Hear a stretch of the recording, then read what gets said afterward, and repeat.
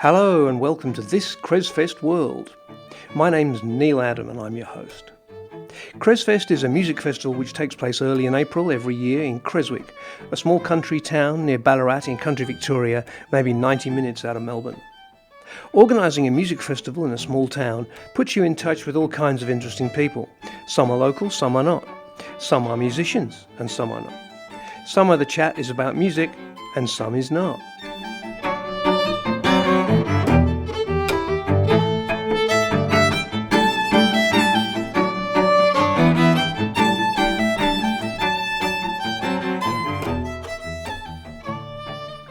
Today, in episode 10, you're going to hear me talking with Louisa Wise, Australian singer-songwriter who's performed at each of the first two Cresfests.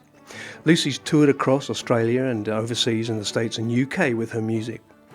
I should state up front that I've known Lucy and her family since she was a very young person.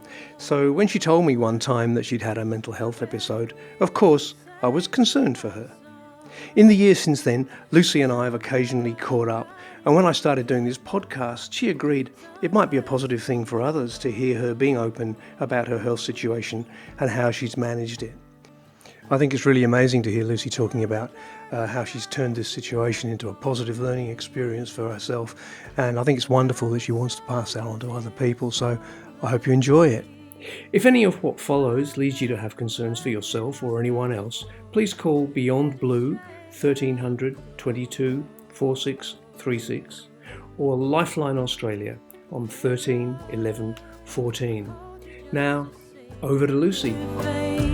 I guess the little seed for the idea to start sort of talking at festivals and things about mental health and music, I guess, was a friend of mine, a mutual friend of ours, Alex Stefan, who's a wonderful poet based in Darwin, and they and I put together a show for Darwin Fringe, talking about both of our journeys with mental illness, mental health, and it was a really wonderful experience. We ended up winning Best Spoken Word and Ideas show at Darwin Fringe. So it was just a hugely powerful experience to, for the first time for me, sort of talk openly with an audience about my journey. And both of us actually, Alex had done a fair bit in their poetry, but so yeah, that's kind of where it started, and so decided to sort of carry that idea to Cresfest on your invitation, and ended up doing sort of a conversation in the little courthouse with Monique Clare, and we chatted about our experiences. Monique and I are both on our own journeys of I guess, including our whole life experience in our art, I guess. And so we both sort of talked a bit about that, about openness and emotional, including, I guess, your emotional experience in your art, but also in your performing, and what that means and how it can be scary at first, starting to do that for the first time. But incredibly rewarding. I guess we've both shared the experience of starting to, I guess, be open with the people who come to see us, and write about things that are challenging to write about and sing about. And we've both been on a bit of a journey of it at first feeling quite scary to do, but feeling important at the same time. So we keep doing it. And I guess we're still on that journey, and yeah, it still feels very worth it. It feels very meaningful because our audiences are increasingly, we're both finding that audiences are very, very appreciative of honesty and authenticity in this time of social media and sort of presenting yourself as some character who's perfect and amazing and wonderful. I don't know, like there's a lot of pressure to be someone you're not in the world of social media, and a lot of us are in that. And so to hear an artist talk openly gives people permission to do the same in their own lives. Something that she's taught me, sort of in the time, like that show at Cresfest sort of connected us, and we've been chatting sort of since, semi-regularly. And something that she has been like, I learn a lot from talking to other artists, and she's taught me that like sharing is not only serving yourself. It's not 100% about purging your difficult feelings in front of people, but it's really it's much more than that. And I guess hearing from our audiences, both of us have had the experience of realizing it's the purpose is doing something for other people as well, because it's kind of about like showing people that you don't have to be ashamed of having difficult experiences. It can take time to recover from many things. For me, I had an episode of psychosis, and then a year later I had another one, and what that meant was the recovery time was very long. It was about 6 or 7 years until I started to feel like myself again. So, but I guess I say that because it is possible to recover, and you and I have had this chat, is like, it's very important to realize these things do pass with, if you have, I guess, well, thankfully in Australia we can access pretty good care. We're very lucky, and I guess, that's right, is like, it can take time, but we can really heal, and we can heal very, very deeply, and become better for it, Yeah. before.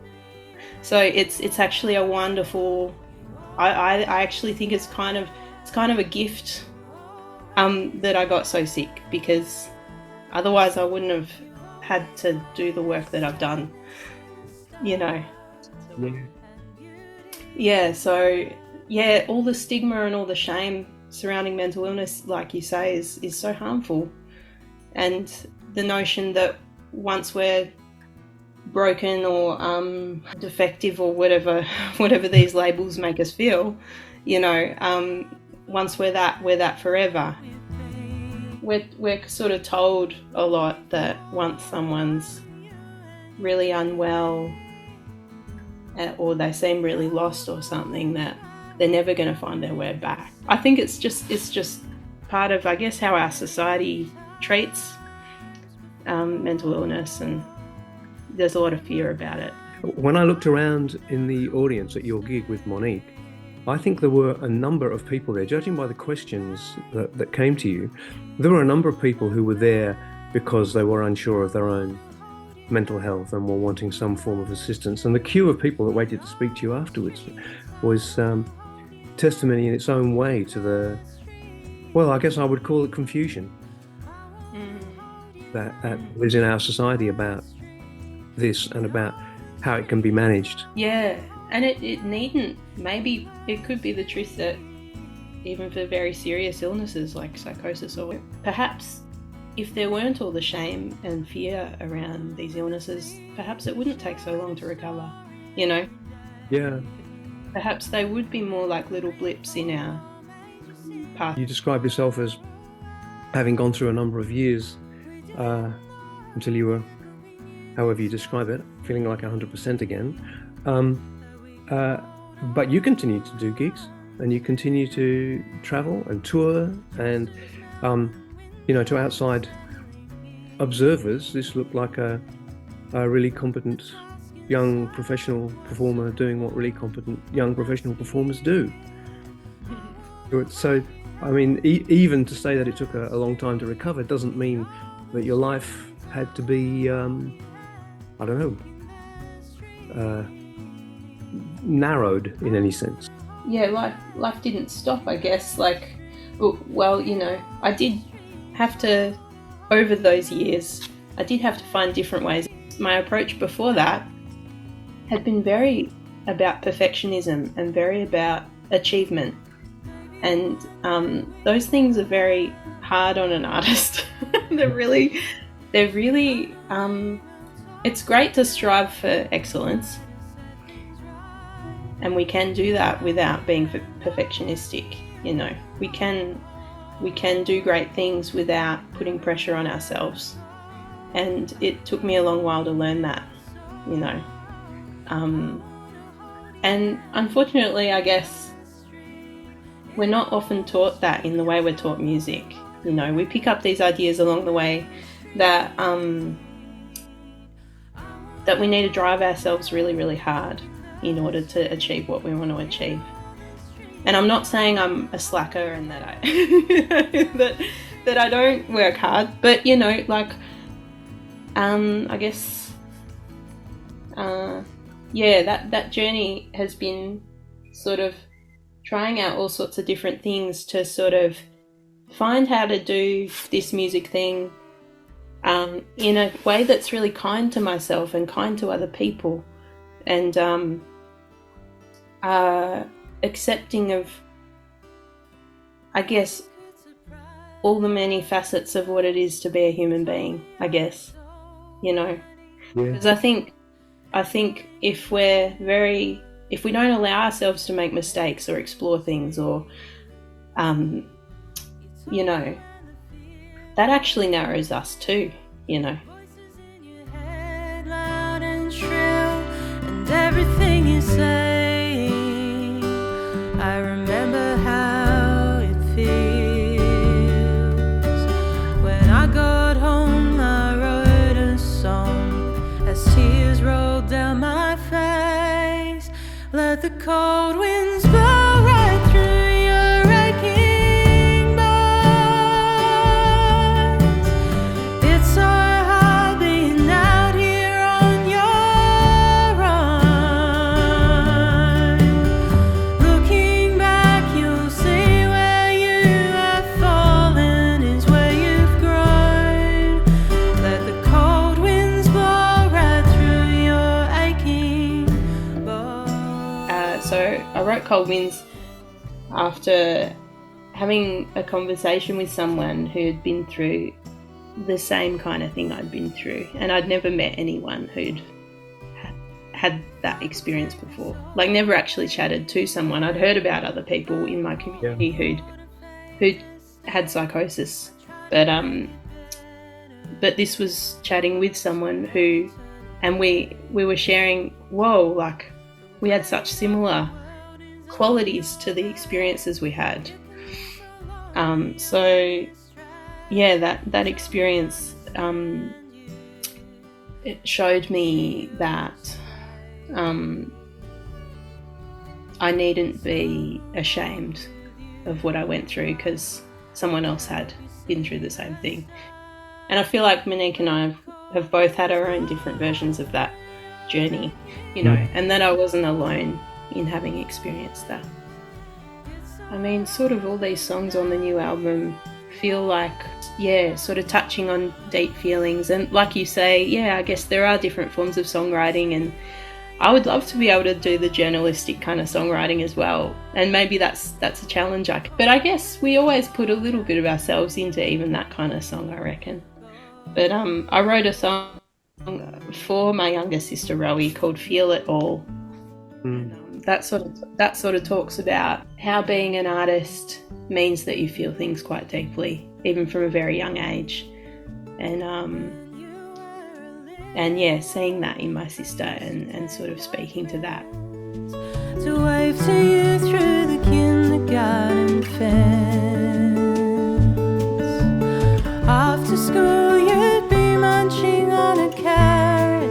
making castles of shells and songs for your teddy bear. Melody is strong from somewhere deep inside you, and your voice was clear and strong. You know how to be who you are. You always have. You always have. You've always known this. Do you know what I've got sitting here in front of me? Because I knew that I was going to have this conversation with you. I'm looking for the year. Oh, it's 1999. And this is your mum's album, Yes. Louisa Wise, This Blue World. I don't know if anybody else has pointed out to you the, well, it's not really a similarity of title, is it? But it is a, it's got blue in there. It's definitely. Yeah. You know that album of Louisa's. I told her this at your wedding. I told her that this album is one of the ones. You know, it's now 24 years old. I play it repeatedly here. You know, we had that lovely time when Louisa and your dad and Judy and I played at a couple of festivals. We kind of got together long distance and organised the material, had a quick practice, and then went and did gigs as a four-piece. And we had such a lovely time doing that. We had such a lovely time. And a couple of the songs on here were in that repertoire. The Ballad of Grace and Sam, what a great song. This Blue World itself, that is a fantastic song. You can wonder till you're blue in the face how we came to this time and place, whether we came from out of the blue or... That should have been a big hit. That should have set her up for life. That's It was a hit maybe in the folk world, the Australian festival. that should have turned your mother into 1999's Taylor Swift. Oh, well, I can't deny how much she's been an influence on me, I guess, from a really young age. Yeah. You know, having a mum who writes the songs that she writes, yeah, I couldn't not try and do it myself as a kid, you know. Yeah. I think you weren't given much of a chance. In my memory of your house when you were all kids growing up, I have one abiding memory. It may not be 100% accurate, but I think I think it's more or less accurate. I remember her getting you up before school for harmony singing practice downstairs before you went off on the school bus. Yeah. I think that's great. I think that shows a determination. And for goodness sake, if you end up with three daughters who at various stages in their lives have been professional musicians, then look, something worked there, didn't it? Yeah. And like that, it's really funny, you know. Some people ask me that question as if there was some kind of coercion involved. I'm like, did you have a choice as to whether, you know, I guess like in a lot of modern parenting that maybe there's a lot more like letting the child decide what they want to do, you know. But it was actually very joyful. We were swept up in music from a young age. That's how I would describe it. And, you know, it's still a really big part of all our lives, so I'm really grateful. Yeah, I'm sure. Were you conscious of This Blue World and your mother's inheritance when you were writing your new album? It's so funny that that you draw that parallel between, you know, Into the Blue and This Blue World, because like it didn't actually occur to me at all that, you know, blue is kind of a theme, I guess, for both Mum and I, because as teenagers we were both glued to Joni Mitchell's Blue album. Yeah. So, you know, so it's like, it's really funny. It's kind of, yeah, kind of full circle. And I guess I wasn't thinking about it, but I have thought a lot about Joni Mitchell, who we both worshipped, you know, as young people. Yeah. So, yeah.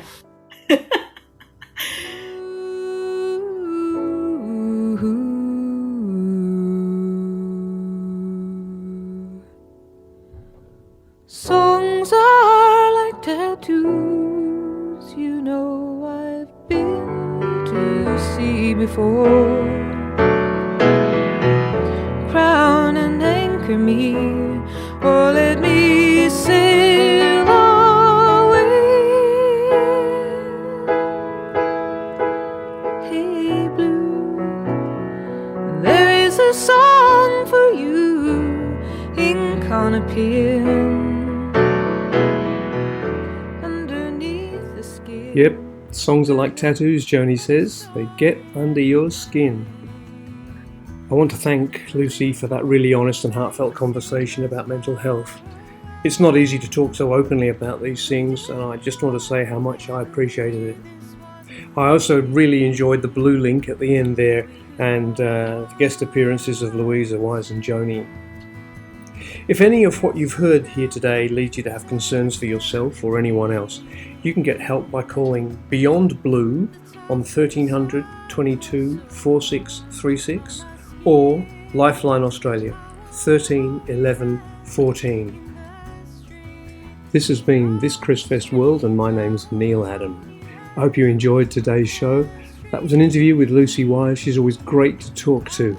If you did enjoy the show, then please press subscribe or follow on your favourite podcast app. Lucy's songs on the show today were from her album Into the Blue, which won the Best Folk Work at the 2023 Music Victoria Awards. You can find out more about her at her website lucywise.com.au. It seems appropriate to go out with Lucy's song All the Streets, which has got her and her sisters and her mum singing harmony on it. See you next time.